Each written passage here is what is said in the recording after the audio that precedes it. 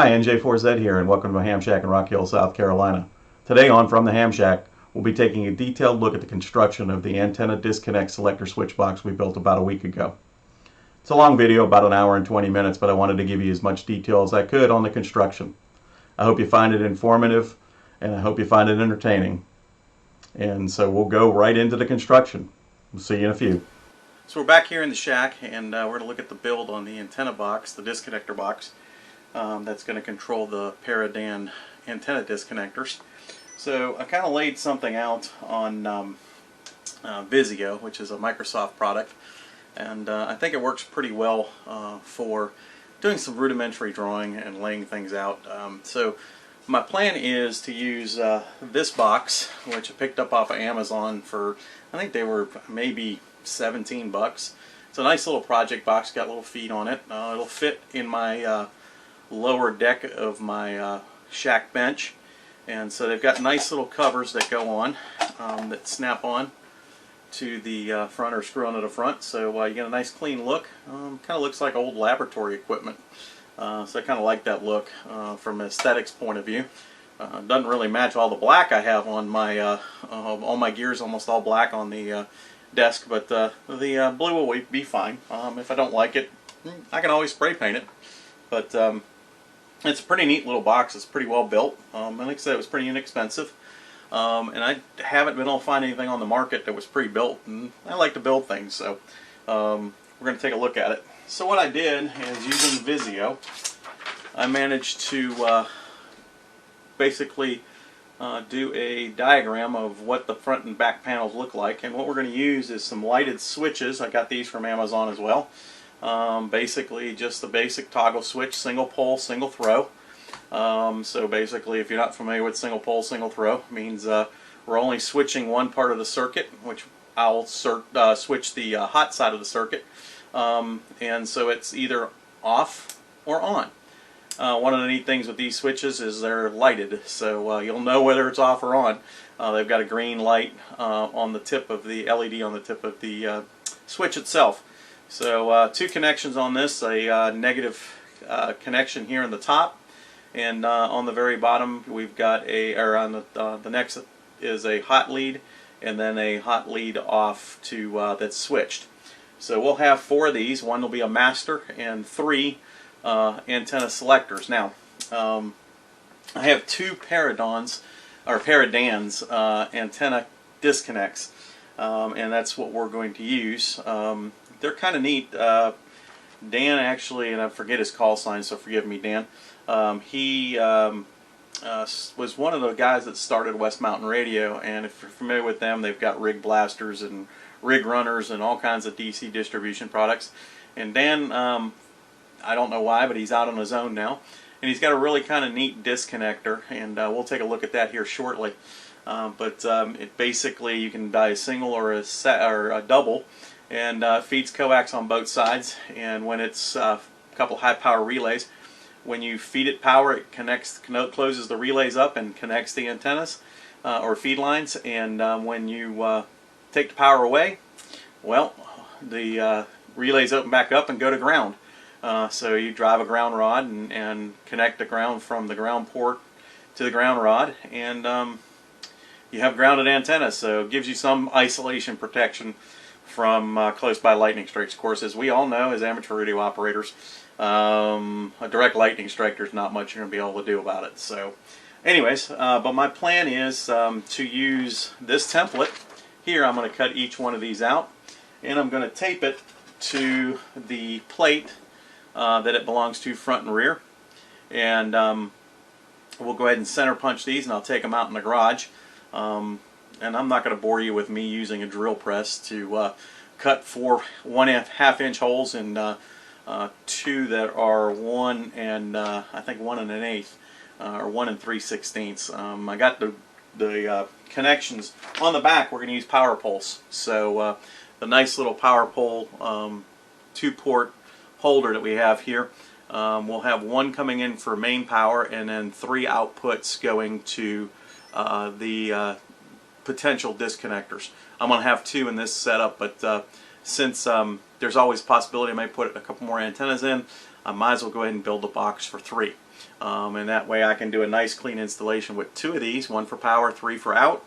And then the front of the panel will have 1 master and then 3 of the individual switches. So the way this basically works is you turn on the master, and then that'll allow power to go to each of the individual switches. And then at that point in time, when you want those particular antennas connected, you flip the switch and the power gets relayed from, or connected from, the top half of the switch down to the bottom half of the switch and out to the disconnector, and powers up those relays and makes that connection. So fairly simple circuit, not a whole lot of mystery to it.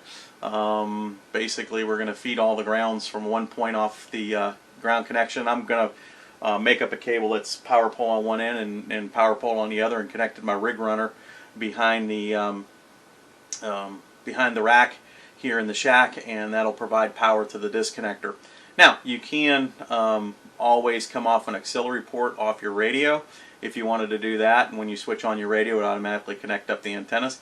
But I have a couple different radios in here, so I didn't want to try and do one for each of those. I thought it was just as easy to come off the power rig runner, and I could eliminate the master on here and just switch my power supplies on and off that feed the rig runners.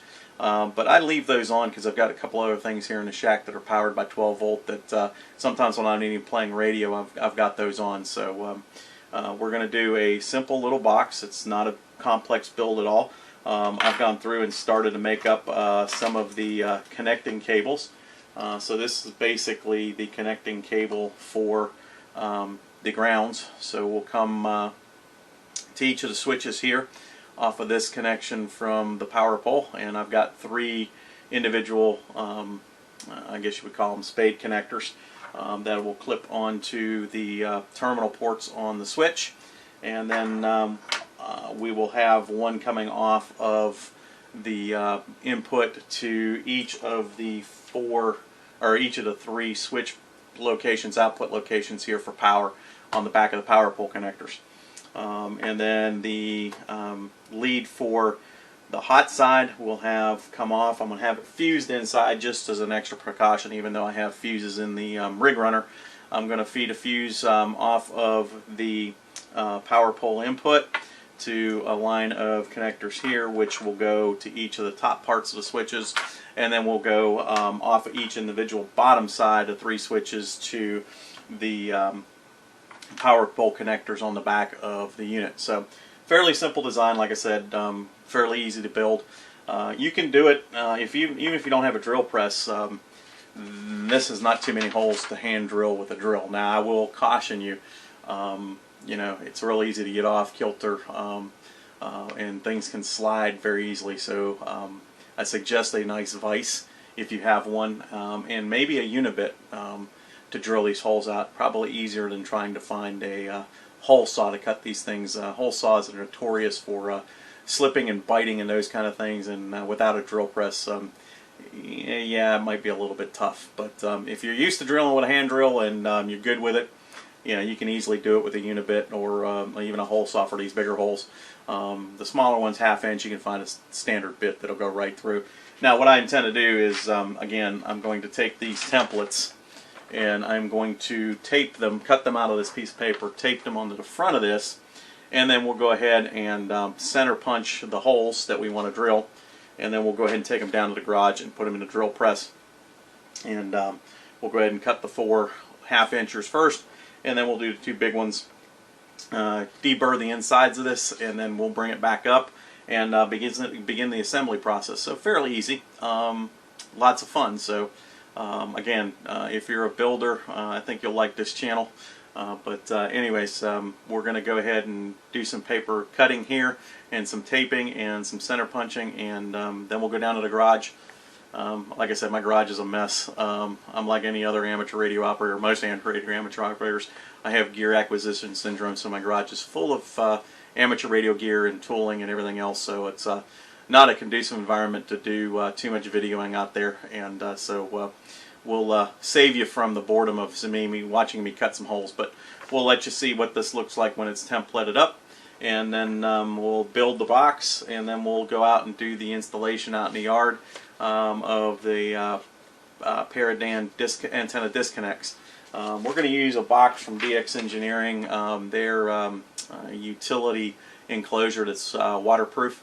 I have one actually out right now at the feed point for the antennas, that's mounted to a piece of IMC, which is intermediate wall conduit, heavy wall, so it's a weather resistant galvanized conduit that's hammered into the ground, and I have my polyphasers out there, the surge suppressors. So I have two of them out there. I've got two antennas here, an 80-meter full wave loop that's horizontal, and I have a 10-meter vertical out back that I use for local 10-meter nets and things. So that's it for right now. We'll get this thing put together, and we'll see you guys in a few minutes. Basically just line up the corners and go ahead, put your tape on the piece of paper, and then just wrap it over to make sure you're in the right spot and holds it in place. Now, you don't have to do too much taping on here. Once you start on the drill press, it pretty much is going to tear a little bit anyways, but if your drill bit's sharp, it will work pretty well for you, and you will not have to worry about basically having any real issues with the paper. And like I said, it's not going to last but a few minutes, as you're going to drill 4 holes, and again, with a drill press, that's going to go really quickly. You know, probably a little less, a little more time if you're going to be doing it by hand. Again, you can, if you're going to do it by hand, you can actually pull, once you center punch these holes, and so that you have a dip in or bend in the metal, so that you will know where to start your drill bit. You'll be in good shape. Put my center punch in my pocket here, so let me grab that out. I was out in the garage to grab it. But if you've never used a center punch before, basically it's a hardened piece of steel that has a spring inside, and when you push down, this thing will actually force the spring loose and let this punch into the metal and kind of give you a little dip that will let your drill bit start easier. And some people start with a pilot hole too. That's always an option, but it's pretty simple. You just put the punch where you want it, exactly in the center, and I've got crosshairs in there, so just do that, and it's going to make a nice little indentation in my piece of metal, and that'll help me start my drill bit in the right spot, even though you really, with a drill press, may not need to do that. But I like to do it as an extra step just in case. And you can see there's a little dimple here. I might not be able to see it, but I can feel it. There's definitely a little dimple here where the metal's been pushed back. So I've got a nice little dimple on the front where the drill bit will catch and start to go. You can drill a pilot hole and start with a smaller hole, and that'll help you align a little bit too. So you may want to start off with something maybe like a 1/4 inch, or I'm sorry, an 1/8 inch drill bit that would give you a small little hole and make it easier for you to bite through. I've got pretty sharp titanium drill bits, so we're going to go through with probably just do a 1/2 inch hole and be done with it. So I'm going to cut this other one out. We'll come back here and take a look at this. It's fairly simple to do.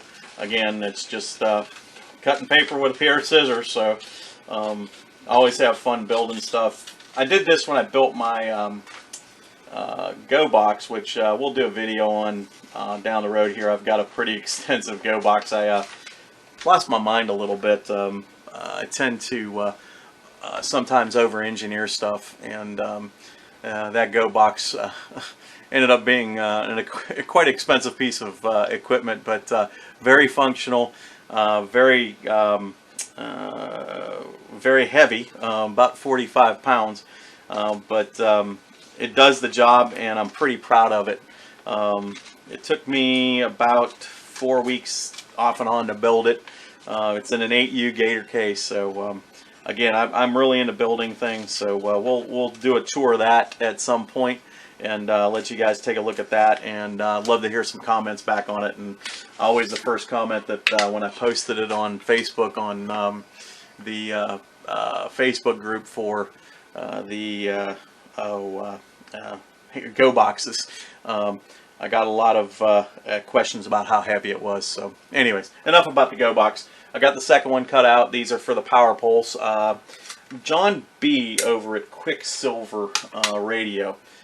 He's up, I believe, somewhere along the East Coast, maybe Delaware or somewhere else nearby there, somewhere on the East Coast.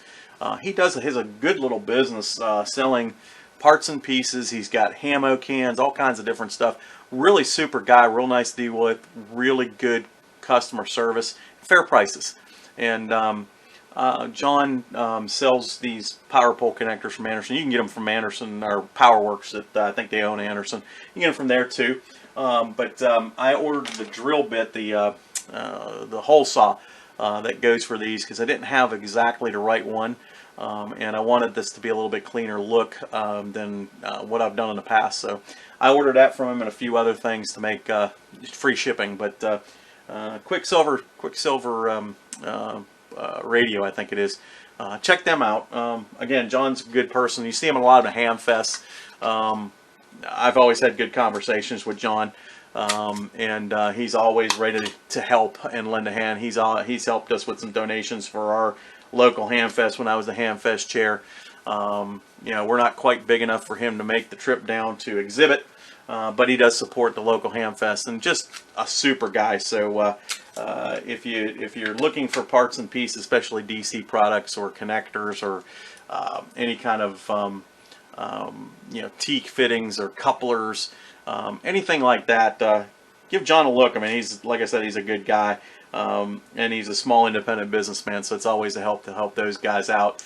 I'm sure you can pick them up from HRO or DX Engineering or any Gigaparts or any of those other folks too, and they can use some business as well. But it's always nice to help out the guys who help out the Ham Fest, the local Ham Fest, and to help out the little guy. I mean, DX Engineering and Ham Radio and Gigaparts and R&L and all those guys, they're good folks, don't get me wrong, and they give great customer service. I love DX Engineering.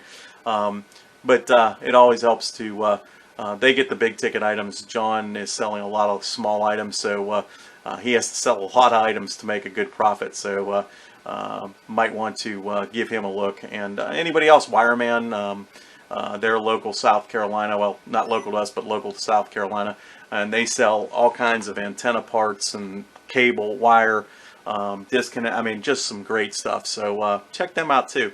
But anyways, we're going to take these down to the garage and get them going. So thanks for sticking with me here, and we'll be back shortly. We're back from in the garage. It's hotter than flipped out there, so I had to switch over to put a hat on my head because my hair was soaking wet. Sweating out there. I had a little bit of problem with the drill press, but we got them cut. So here's the plate, and I've got two more switches to install. That's what the back looks like. And then these are the other back plate. It's got the one of the power pole adapters in. I just opened up the ones from Quicksilver.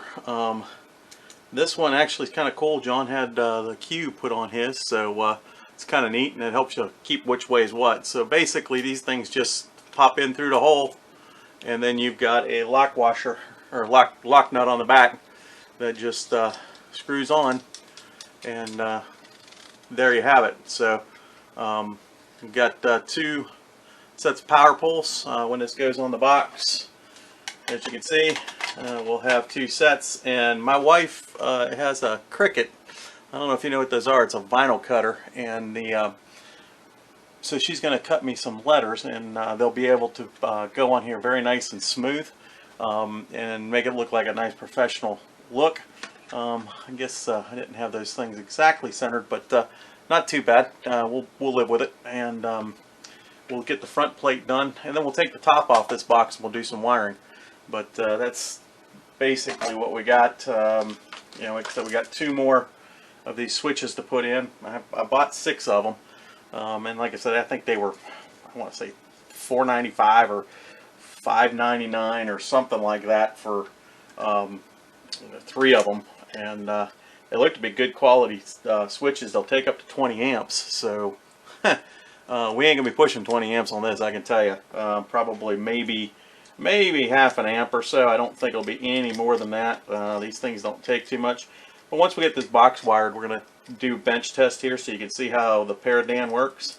I'll grab that here in a minute. Let me get this last switch in, and we'll get the paradan out, and you can see what that looks like. It's a pretty neat little box. Like I said, I met Dan at the Shelby Ham Fest, and I saw him again down in Orlando earlier this year. The one of the last Ham Fests I was at. Of course, I think it was one of the last Ham Fests we had. Probably this year. Charlotte was in March, and that was the weekend when all heck broke loose with this COVID mess. So I didn't see him there, but he definitely was at Shelby last year, which is a pretty big ham fest here in actually in North Carolina. They call it the Granddaddy. It's always Labor Day weekend. As most ham fests, I think they're losing a little bit of attendance. But it was a fun ham fest, and we were a couple tables down. The club had a table there, and we were a couple tables down from Dan. And I went over and talked with him, and he's got a really nice contesting station down there, and I think it's on St. Croix. No, it's on, oh goodness, it's PJ2T. I can't remember the island now, maybe Carousel. But they have a nice contesting station. He had some land down on St. John in the Caribbean, which I was interested in, but didn't end up going to make the deal on that. But Dan's a real interesting guy, and he builds a good quality product. So we'll take a look at that. Let's put this last switch in, make sure we get it in the right way. We want all those negative ports to be facing up so that we all know that when we switch these things down, the disconnectors will engage and connect the antennas up for us. I think this is going to be a pretty cool little build. I'm excited to get it done. I was going to work some at a North American QSO party this week, and unfortunately for me, we've got some passing thunderstorms, so I've had to run in and out of the house a couple times to disconnect the antennas because I don't have a disconnect between the house, the shack here, and the antenna itself, other than the lightning arrestor, and I'm not real comfortable with just having that between the two. So I disconnected them, and I've got the radios off right now. In the shack here, I just upgraded my main HF rig to a Flex 6400. I had an FT3000 in here by Yaesu, and I really love that radio. Great radio, but it was a little bit of an upgrade to the Flex, and I upgraded my amplifier as well. I went from the MFJ 1306 solid state amp to a Expert Linear 1K, which is a discontinued model, but bought the equipment from a buddy of mine. I also have a 7300 here in the shack, but anyways, nonetheless, we've got all our 4 switches installed. All of them, the negative ports are up, as you can see, and so we'll be able to do some wiring here. I'm going to take a minute and charge the camera up because I know the camera's looking, the battery's looking a little low. So I'm going to take a break and grab myself a cold beer and prep to do some wiring here while the camera's charging, and we'll come back and finish this assembly fairly quickly. Like I said, I've got some of the parts pre-assembled a little bit.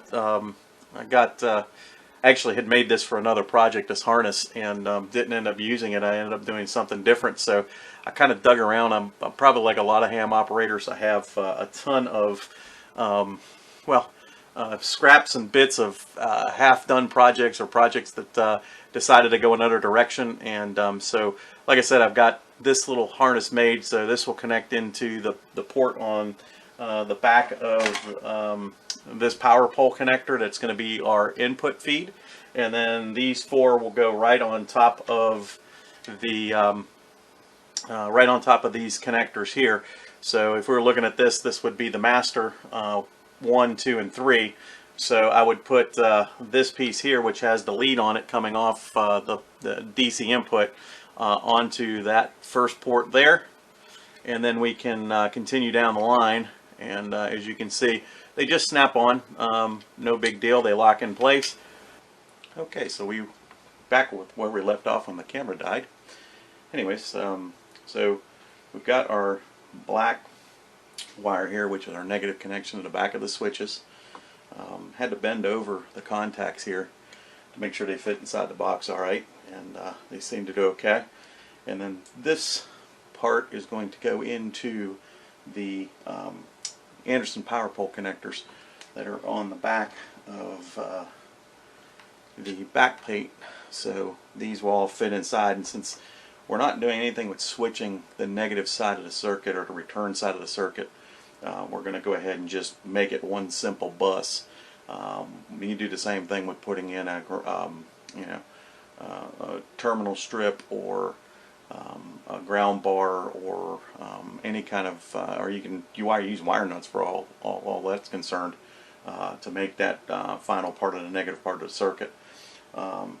And we have our positive side of the circuit that's going to be switched. So being that we've got one master and then 3 that we want to individually switch to control the disconnector, we have to think about how that circuit works. So basically power comes in here, the lead from the power source, battery, or in this case the rig runner.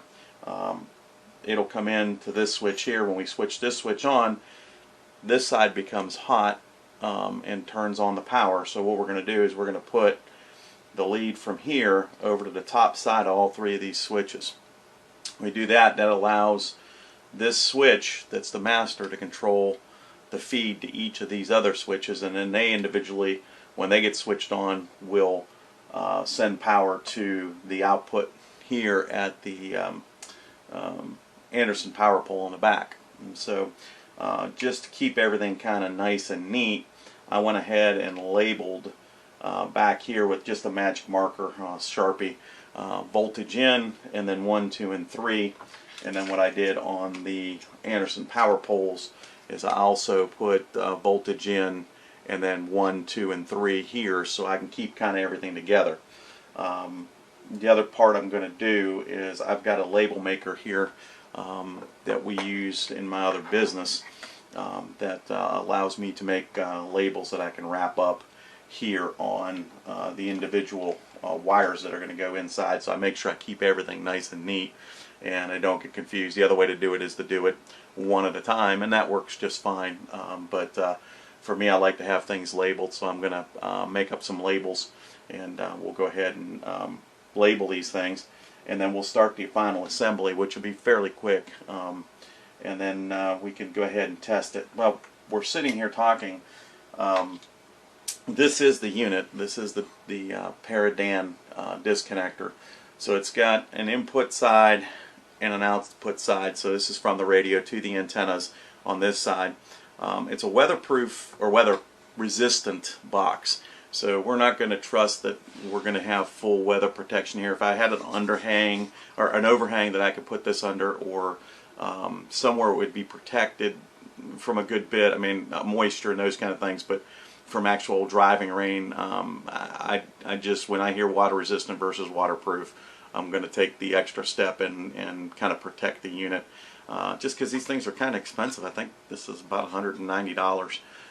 So it's a well-built unit, and it, from what I can tell, putting on the bench here and testing it and playing with it, it works really well.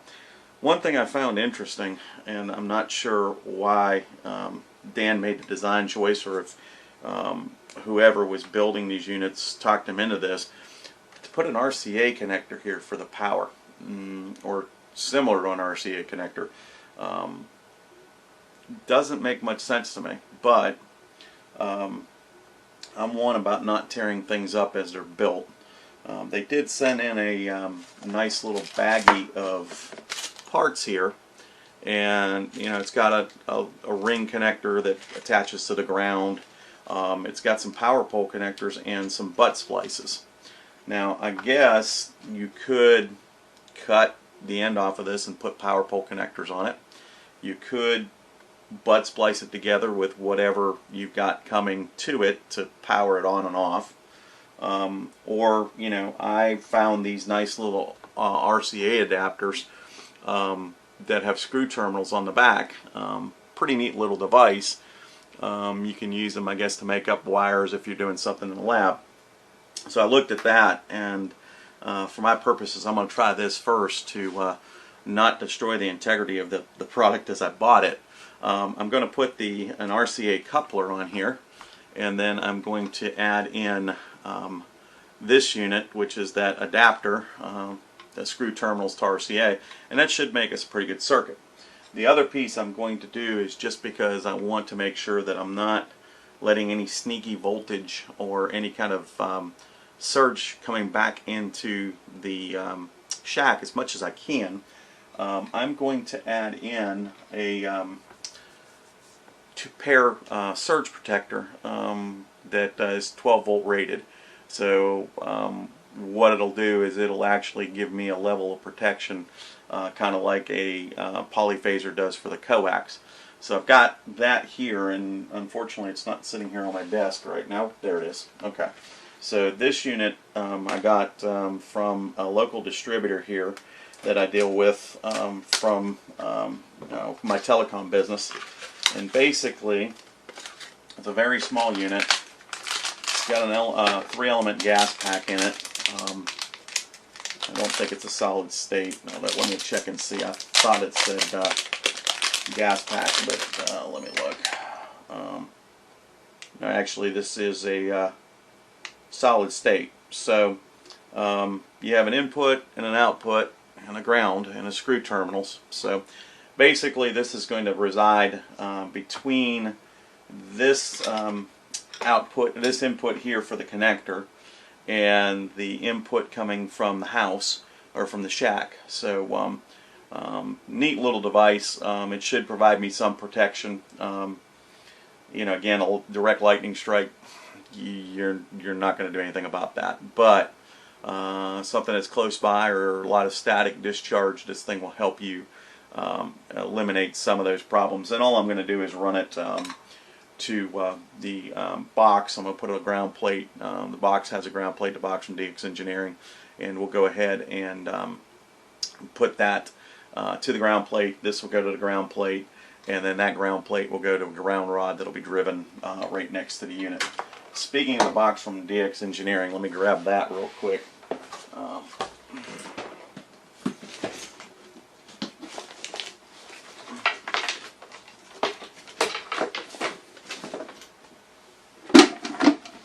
This is the box from DX Engineering. It's a DXE UE2P. It's a nice polycarbonate box, plastic, and it actually has several mounting points in it. It has a back plate.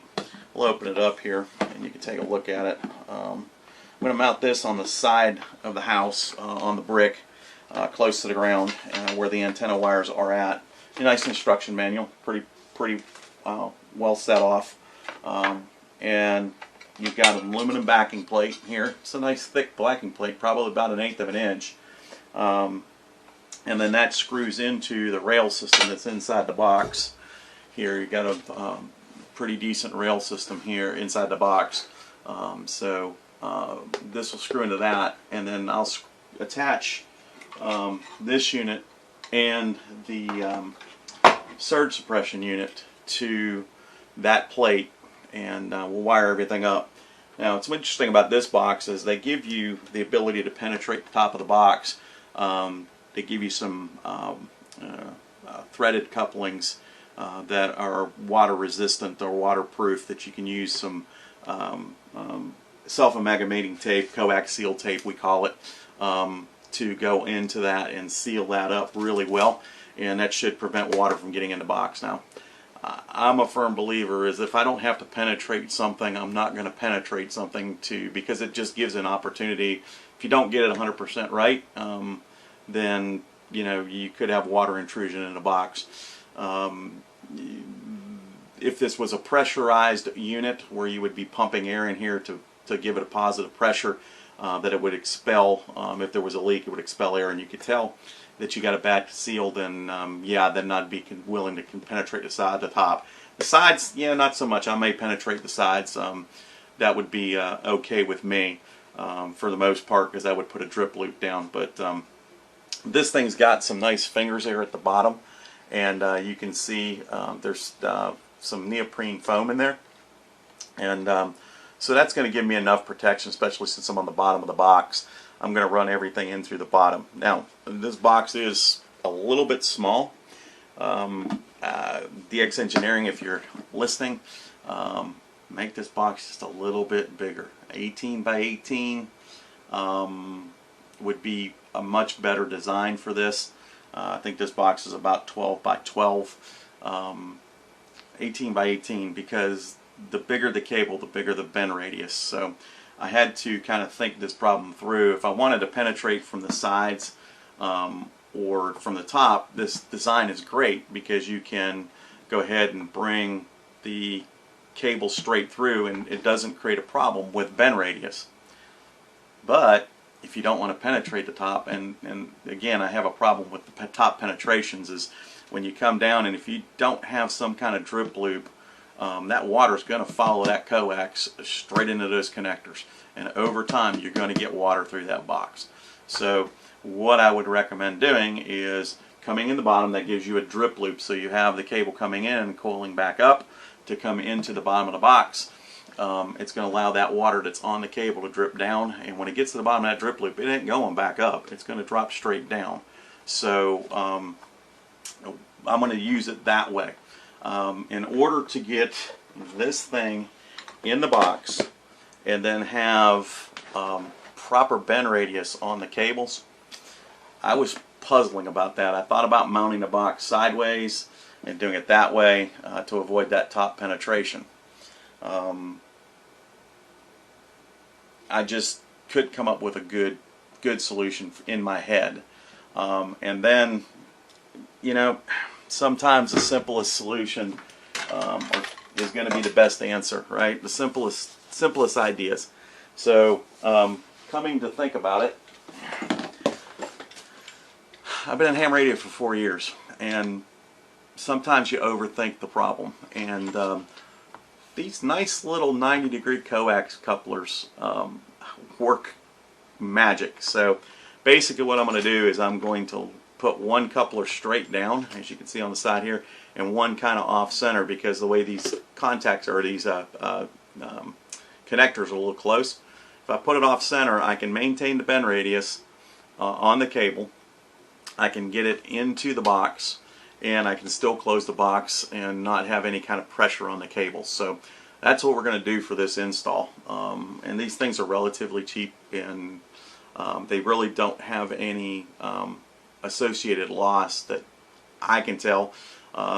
Did some research. W6LG, Jim Heath, he's got a YouTube channel, and I watched a couple of videos he did on loss in coax and loss in connectors. And from his testing, and I got to tell you, the guy's really smart.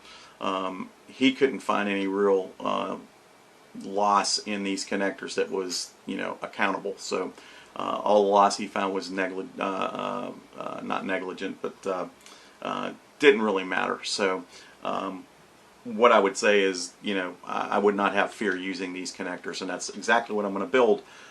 So we're going to do the HF side of the house right now. I've got some work to do on the UHF VHF side. I'm adding a beam up there for 2 meter 440. I've got to get a couple friends over here to help me handle the mast, because once I put that rotator up there, that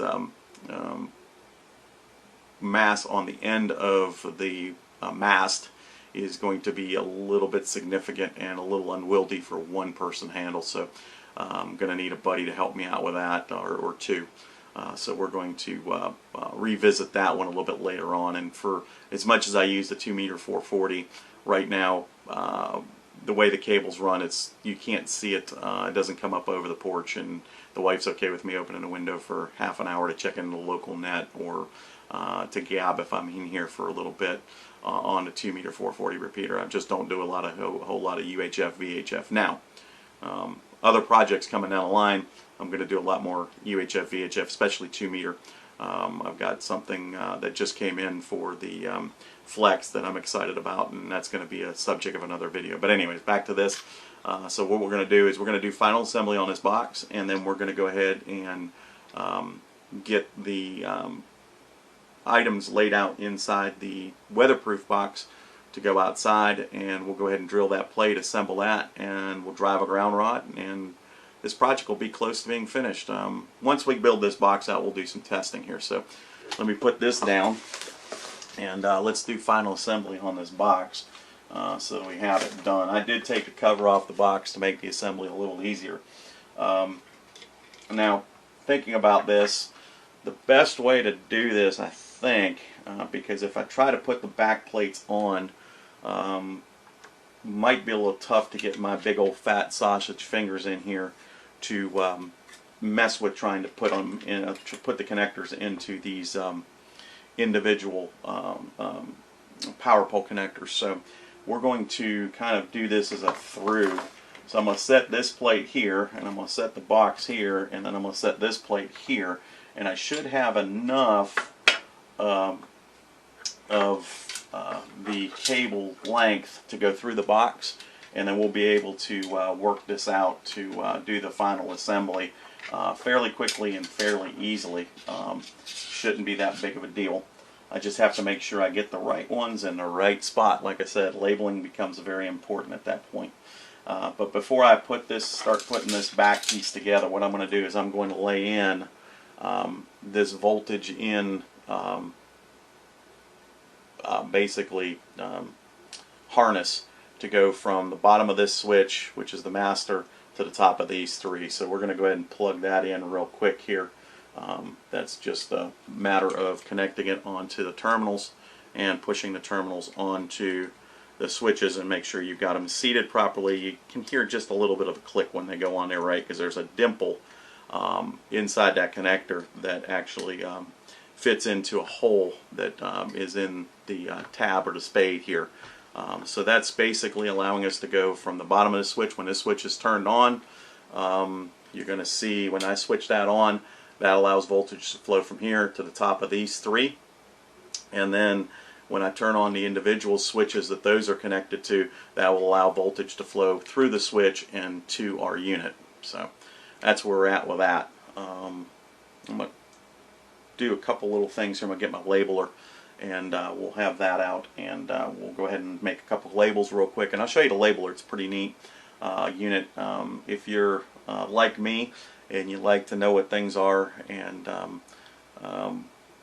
you know, make yourself little notes on the bench or whatever, those labelers are invaluable. So cost a little bit, but you can get cheaper ones, you get more expensive one. I've got a nice industrial one. One of the vendors we deal with had a promo where they had, if you bought 10 rolls of their particular brand of tape that goes into those, the label tape, they gave you a unit. So about $115 or $120 unit, which made very good sense for me as a business owner to buy a bunch of rolls of tape and get a bunch of units. So we were able to outfit a lot of trucks with those units, but neither here nor there. I ended up with one for my tool bag because I still do some field work occasionally, and so I use it here because I keep my tool bag here at the house and transfer it to my truck when I need to. But anyways, let me grab the labeler and we'll be right back. Okay, we got the label paper, and I put my glasses on because I need them to read. I'm getting older, as most of us are, or all of us are for that matter.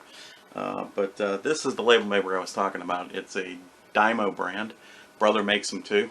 Brother makes a really nice one, a little more advanced than this one, but this is kind of an industrial labeler. It's about the middle of the road model. You can do various things with it.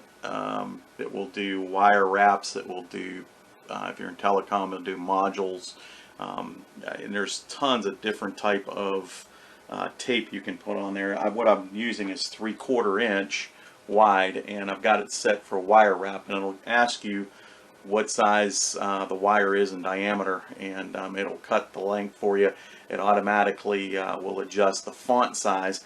So what I did is I put on the switch side of things, I put the switch SW abbreviation and the number, so I just want to switch 2. So I have switch 1, 2, and 3. And on the power pole side, I put port 1, 2, and 3. And so it did a different size font for each one, so it makes it easier. So I know both ends of the cable where they go. For the voltage side of things, I put V plus V in and negative V in on those. And so, but this labeler is really kind of cool. It runs on batteries. It's rechargeable.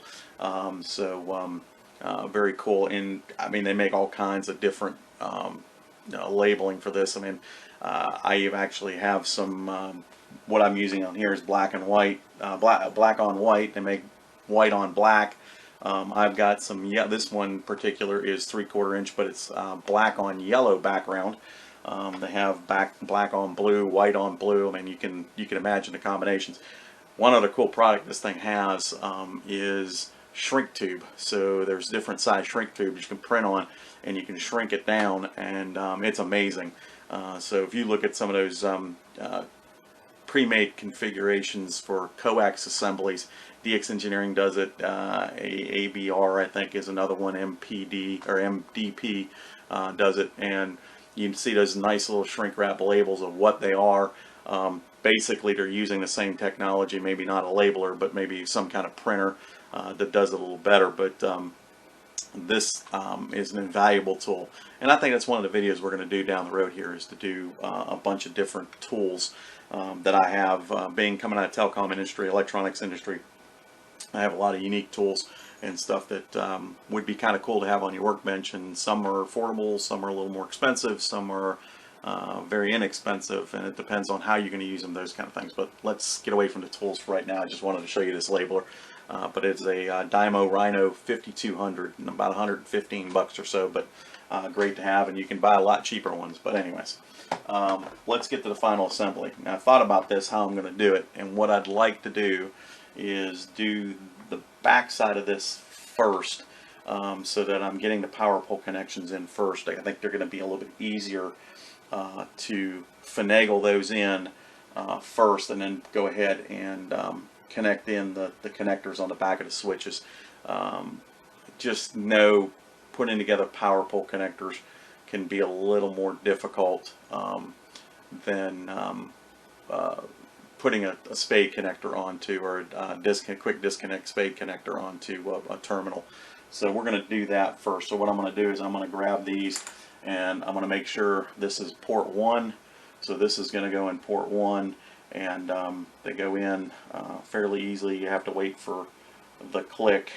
Let's see, I think it go in. No, go in this way. I know these things are a bear to get out if you put them in the wrong way. So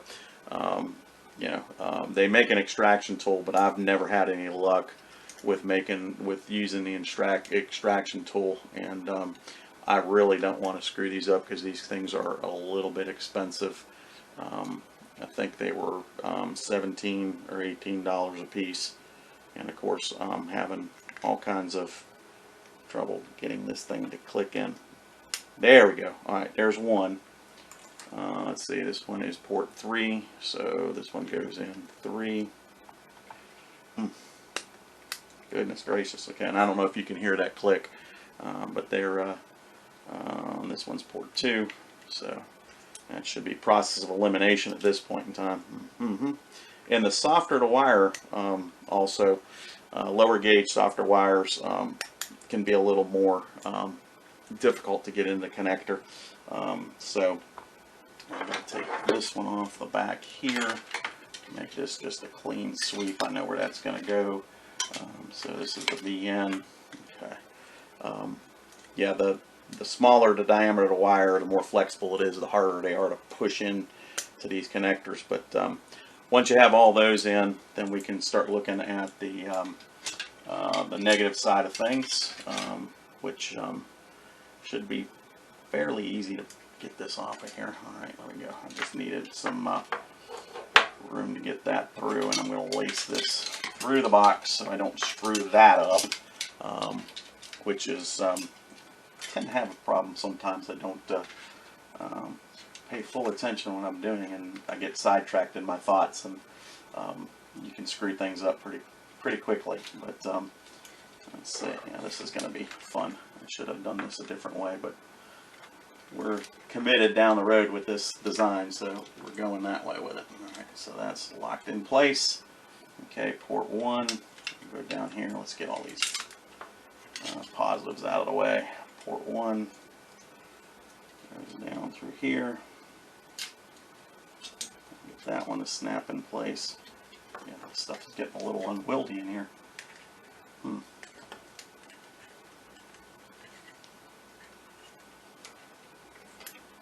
we go. Okay, that one's in. Let's see. Now we got to go to port 2. So port 2's up here. Connect that one in.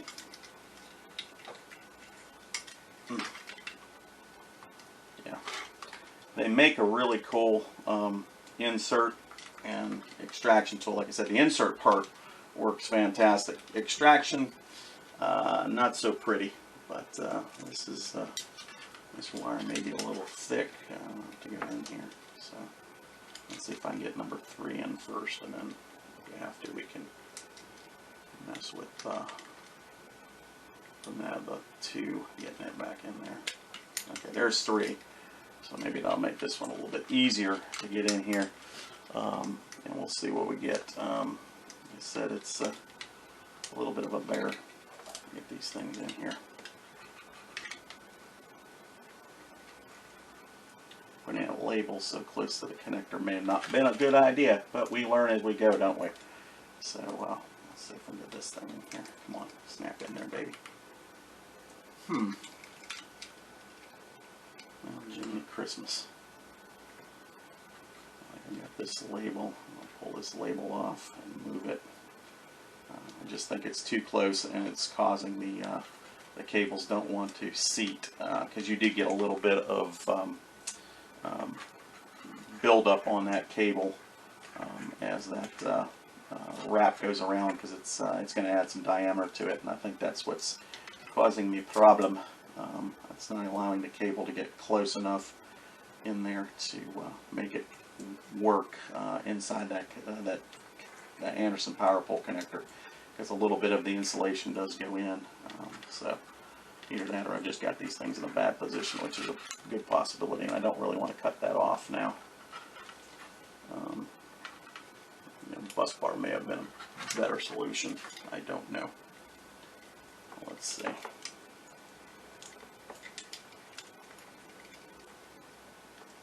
Boy, this is one stubborn one. I haven't had a stubborn one like this in a long time. There we go. Okay, now we're all put in. So we've got all this together. Make sure we get this put in the right way. So the back panel's assembled, and we're good there. So now we just have to assemble the switches, which we know where that negative goes. And positive goes right on here. On the top of that switch, we'll find port 1, switch 1. That goes down here. We find switch 2, switch 3, so let's find switch 2. There's switch 2, and there's switch 3. So now the box is built. So we know we've got an assembled box here, and we'll neaten up the cables, we'll tie wrap, and we'll get it together. But for right now, I'm not going to put the screws in it, but this is what it looks like. So 4 connectors on the 4 switches on the front, and the Anderson power poles on the back. And we'll my wife's going to make me some nice labels using her Cricut cutter that will do vinyl labels on this to make it nice and neat and aesthetically pleasing. But we want to do a quick test on this. So what I'm going to do is I'm going to apply voltage to this, and we'll see if the switches work, and we'll connect it over to the disconnector and see if we can get this little light to light up as we close those relays. So I've got some cables here. Here's an Anderson power pole to Anderson power pole with my fancy Nancy little tie wrap here. I don't know if you guys can see that, but it looks like it was some kind of pipe cleaner that was fancy dancy, so I ended up with that. I don't know how, but I did. But let's see, we'll put the Anderson power pole connector here on this battery. This is a Biano Power 9 amp hour lithium ion battery. I have several of these by Bianos. I've got a couple 20 amp hours. I have a 30 amp hour in my Go box.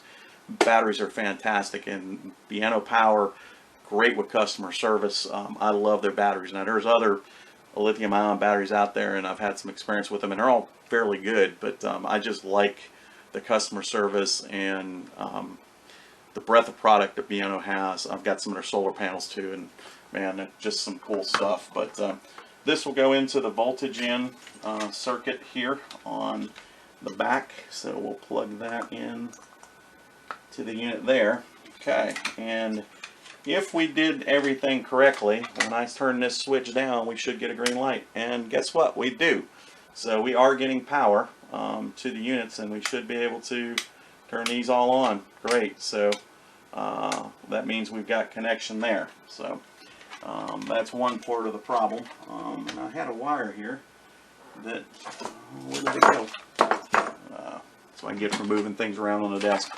Let me find that wire, and I will make up the connection here for the Paradan, and we'll go ahead and test and make sure we got connectivity from the switches to the ports, and then the ports out to the Paradan, and that'll test our connector. And then we'll start the outside part of the project, which driving a ground rod shouldn't take too long.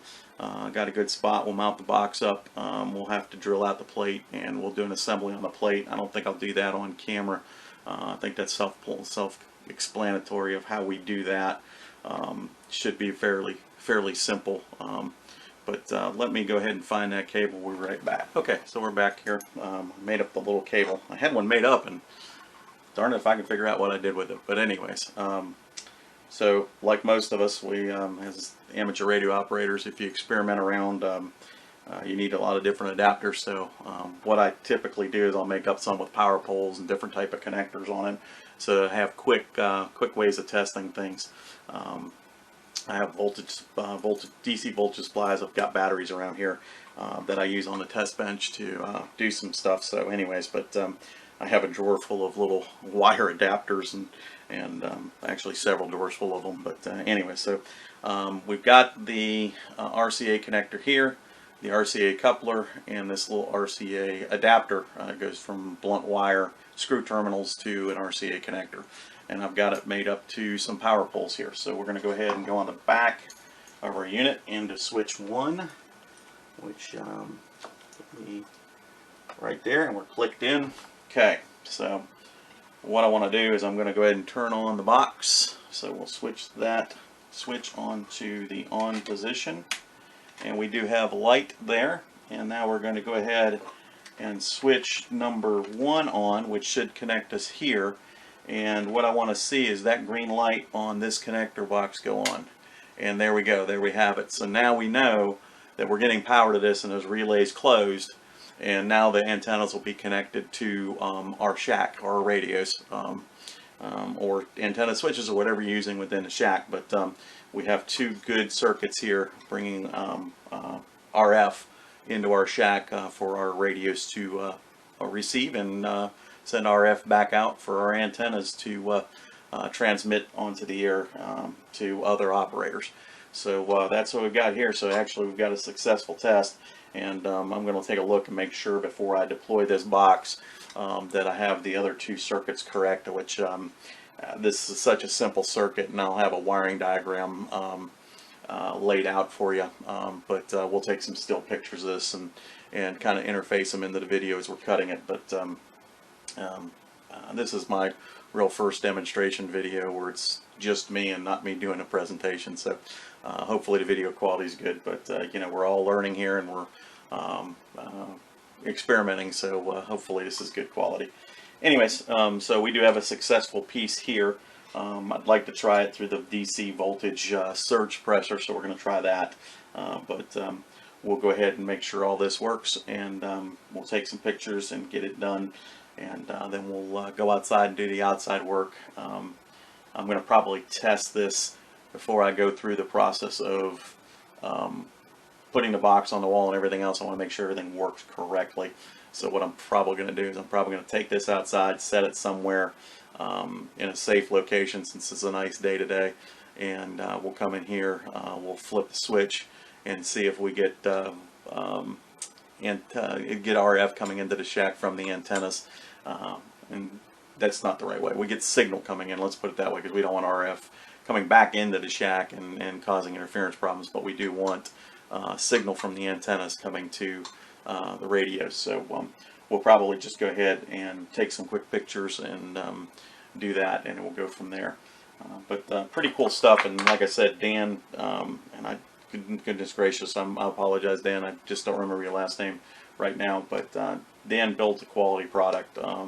This is a really nice box and really ingenious disconnector. I know guys that use knife switches and disconnects and all kinds of relay systems, but I really kind of dig the way he did this. I think it's going to be a cool project, and it's going to solve some problems for me. So, and that's what we're about, solving problems. So, anyways, let me do some other stuff here, and we'll come back and I'll splice in the piece from the outside work and maybe some of the testing I'm going to do with the box here, so that you guys can see what's going on.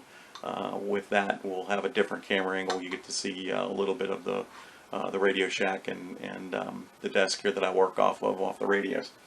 So we'll be back here shortly, and let's see. Yep, switch off, light goes off, and I felt the relays click. So, and we'll power that off, and we know we've got a good connection here. So happy, joy. All right, little proof of concept here.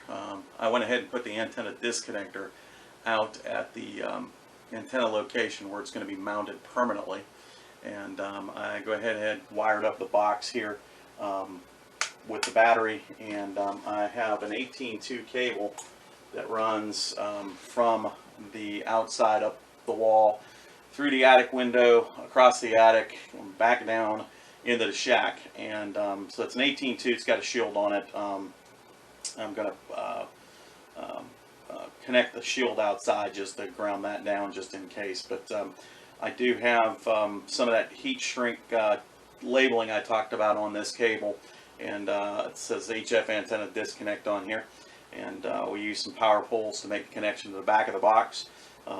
And this cable is rated for outdoor use, so it's rated for sunlight resistance, and it's waterproof, so it's got some blocking components in it. This stuff is rated for burial or outside use, whatever you want to use it for. It's heavy duty cable. It's 18-2, so 2 conductors, 18 gauge, with an overall shield and a drain wire. But anyway, so we're going to connect that to the back of port 1 here on the disconnect box. We'll click that in.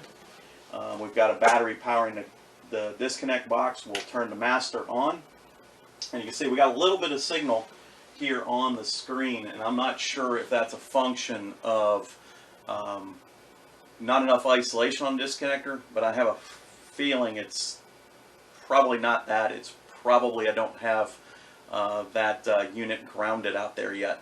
I have a feeling when I put the ground rod in that all that signal coming off those antennas will actually go to ground and not come into the shack. But just a little bit of concern there, but not over concern. I'll figure that piece out. I really do think it's a ground issue and not anything with the disconnect. I don't think they'd be selling these things if it didn't give you a good bit of isolation. I mean, that's an antenna switch would give you more isolation than that. So yeah, I have a feeling it's probably just not grounded properly, and that's probably why we're seeing some signal. But the isolation is pretty good. When I flip this switch, watch the screen here, and you will see that increase picks up a whole lot. And we're on the Flex 6400 here, so you're seeing the signal difference. The algorithm is picking it out, and the further we go in time, the more that green, big green dissipates, because it's leveling off and figuring out that the signal's not overly hot now. It's just we didn't have any signal, and now we do have signal. So that screen jumped from 1 or 2 small signals on it to quite a bit of large loud signals coming in, and you can even see some of the static crashes from some of the lightning strikes. There must be some thunderstorms somewhere nearby or within 400 or 500 miles, because I'm getting some pretty good static crashes here. But all in all, pretty neat. I'm pretty pleased with it. So we'll see how it works once we ground that thing. I hope to have this all done today.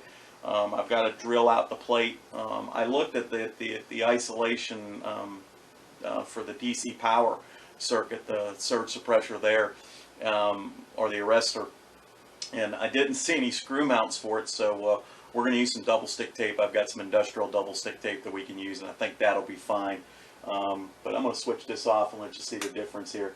And you can see that definitely goes really quick to dark blue, and very little signal coming in. And again, I really do think once I put that ground rod in the ground and we put a ground strap on this thing and have it properly grounded, it's going to take all that signal away, and we will see nothing on that screen. And we'll come back and do that when it's finally installed, and we'll get the box labeled up and tidied up here.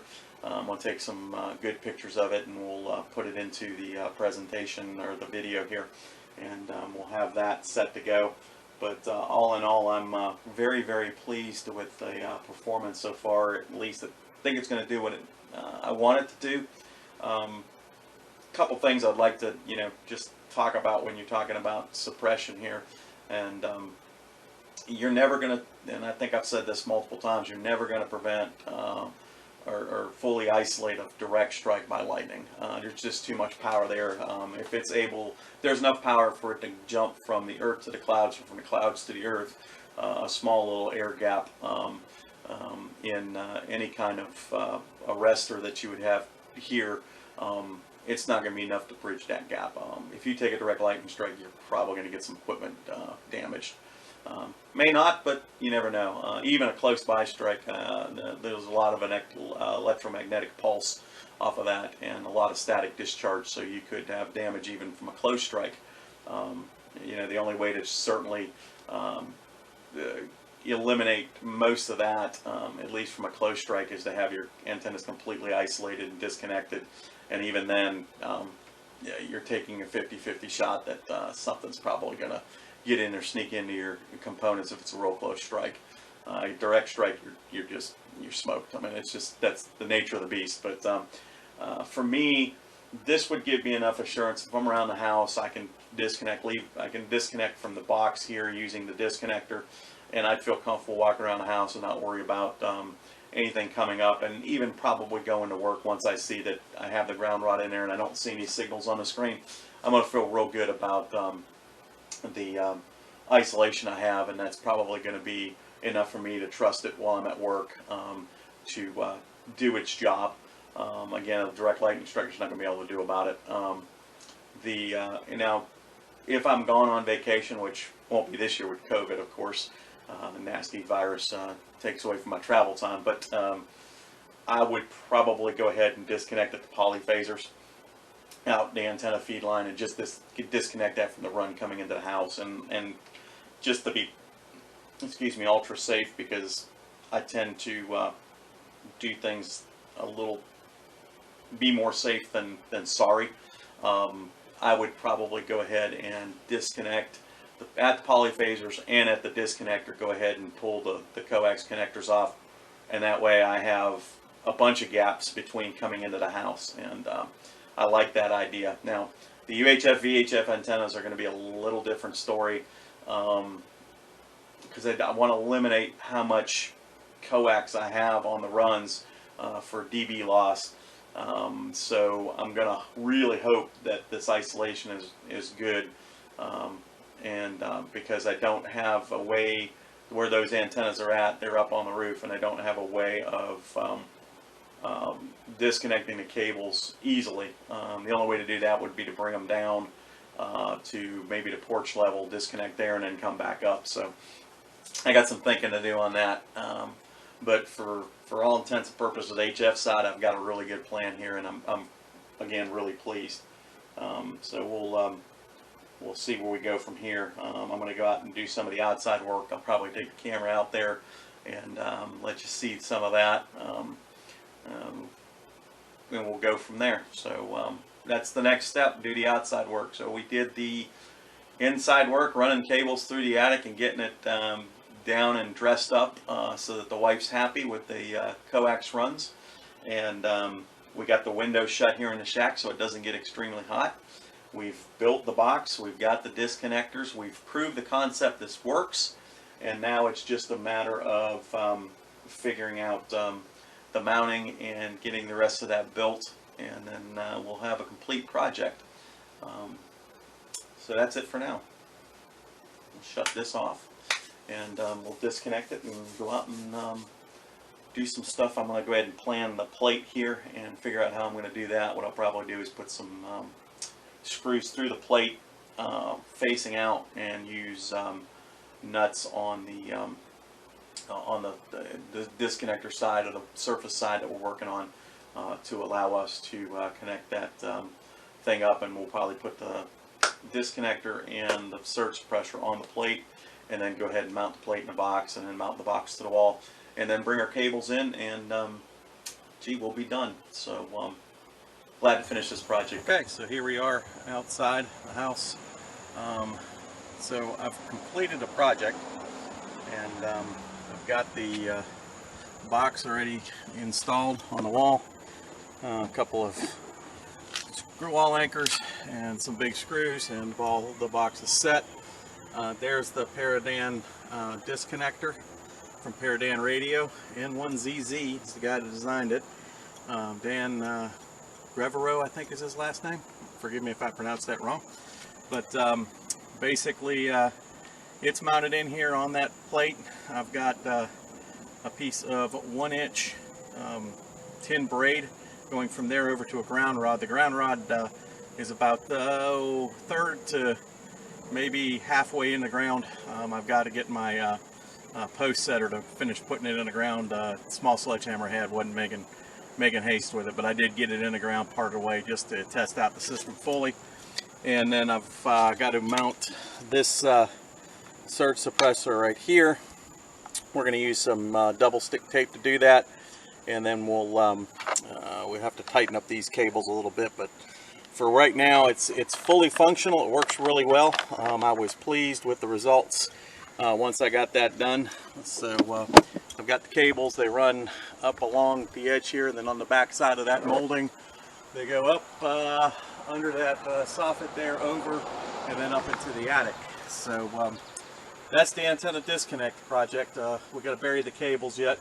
The cables go around the yard here, along the fence line. I've got a piece of conduit there across the gate, the new gate we had put in with the new fence. And then they go over here to the box, and that box has polyphasers in it, and the ground rod driven into the ground with it.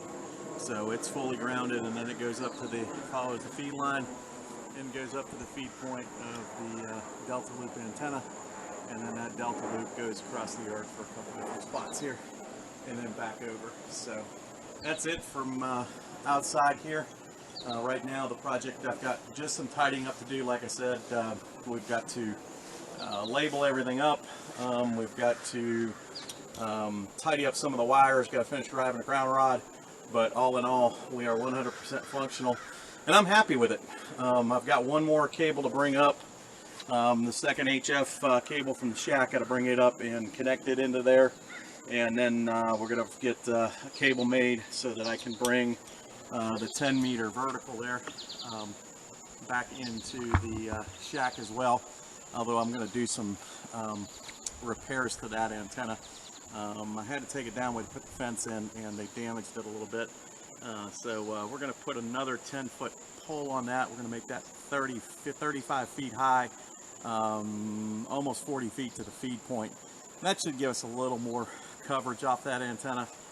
It's a Spiro M400, but that's a project for another day. Very pleased with the antenna disconnector, and that closes this one up. And we are fully functional, like I said. So very happy, and I hope this all inspires you to get out and do something else and try another project.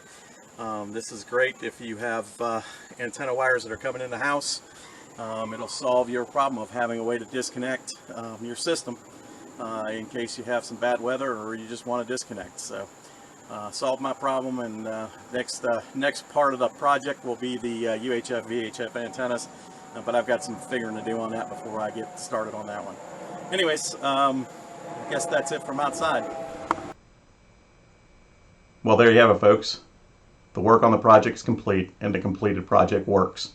And that's always the goal here at From the Ham Shack, a completed project that works. I hope you found it entertaining. I hope you found it informative. Appreciate you bearing with me. I know it's a long video, and you made it all the way to the end. So if you find value in what we're doing here on From the Ham Shack, please hit the notification bell and the subscribe button. With that, I will say 73. Stay healthy, stay safe, and of course, stay passionate about your radio. This is NJ4Z, and I'm out.